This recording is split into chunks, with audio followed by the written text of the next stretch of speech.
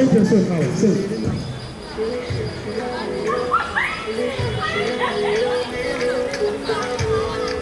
Voisin, grand frère, il y a 3 à 5. 3 à 5.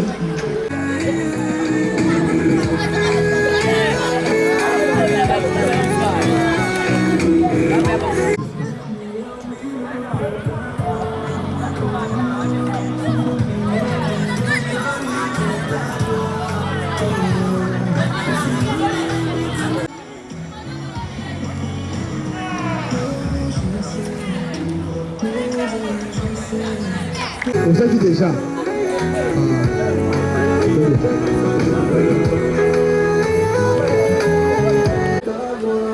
Dans 10 minutes, nous allons commencer.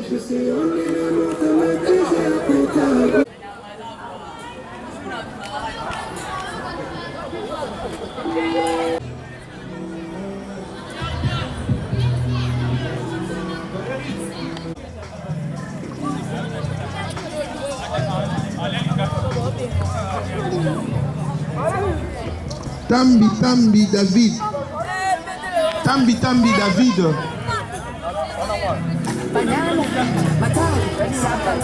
Fungula Musumadia.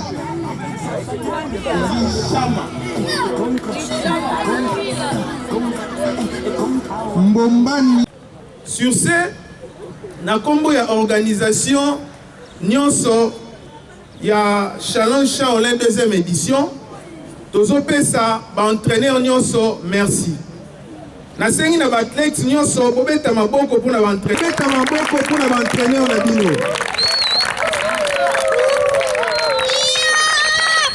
Oui, comment tozo remercier pe ba parents na bino ya bogozo mandaku.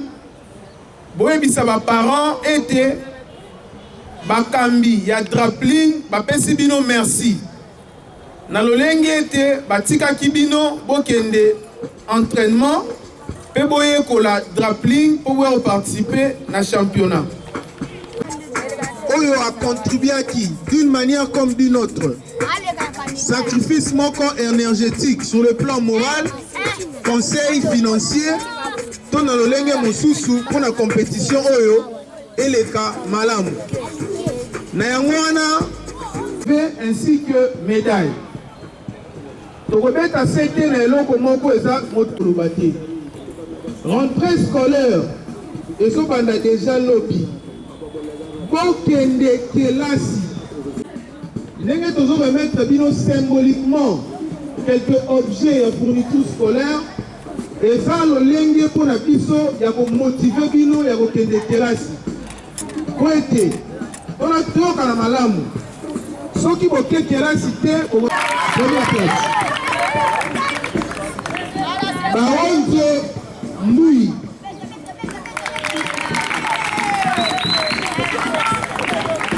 Baronze Kasenge Chipe.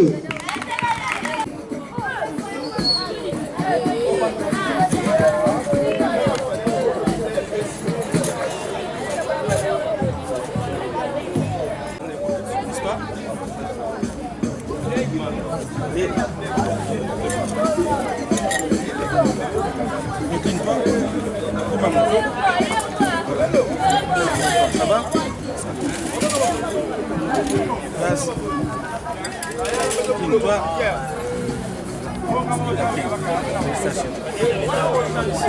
Troisième place, ça sont des cahiers. Les cahiers, tu vas montrer à la maison. Tu dis que les cahiers. D'accord? Deuxième. Félicitations. N'a maître Les cahiers. en particulier. D'accord? Un entraîneur de Bisso, le grand titre des spectacles de Salémia.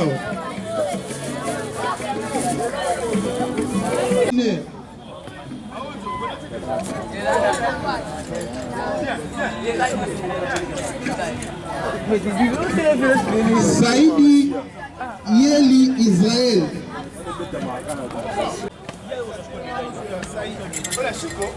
Deuxième place.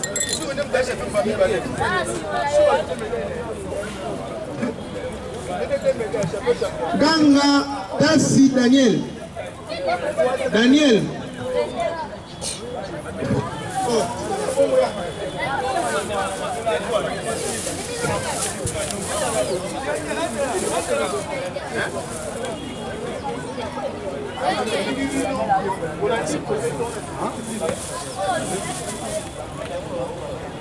Kanta Tassi Daniel. Mwimba Tilinda Claver. Boto Umba Gabriel.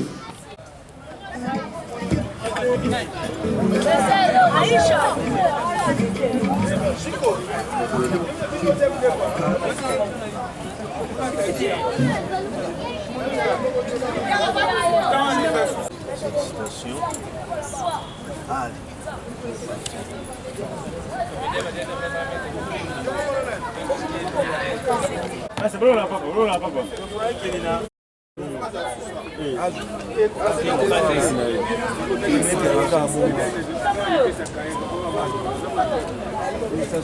Mwamba Kubunda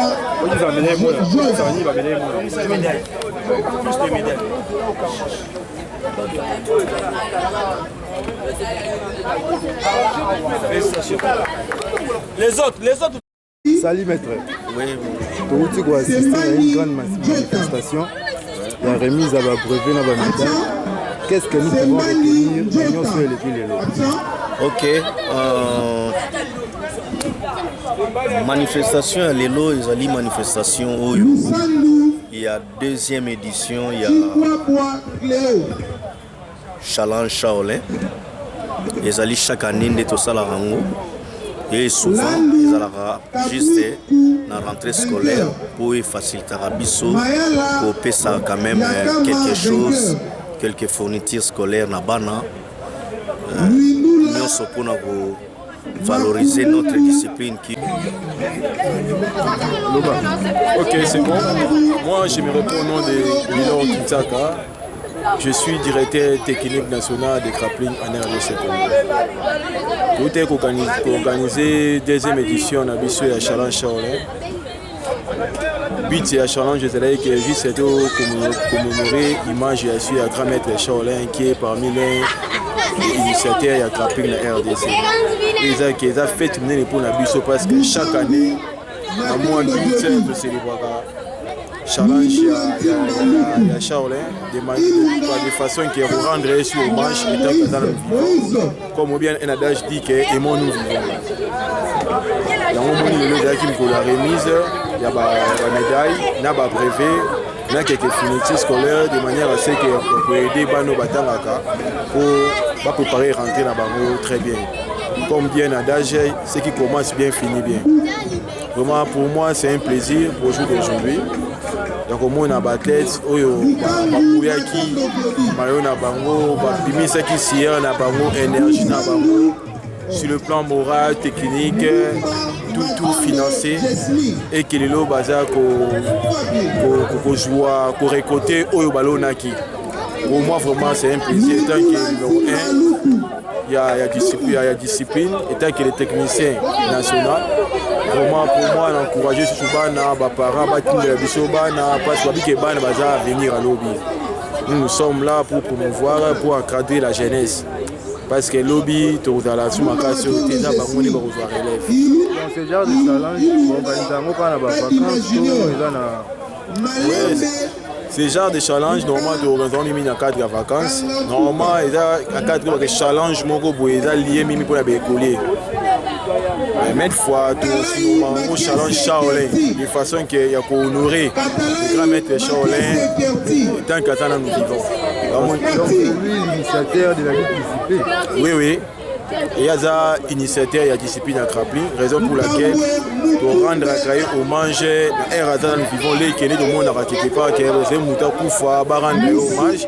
Nous préférons que chaque mois d'août nous les rendons cet hommage de manière à ce que na un plus et locaux où il y a un amour. Pour moi, c'est le locaux papa zo béni mon père qui est mon liposo. Je suis content parce que le premier on nous a entraîné bien. En plus j'ai gagné la première place. Je suis content aussi. Pour les championnats ça s'est passé très bien. Je remercie notre entraîneur. Je remercie aussi les championnats. C'est ça ce que j'ai.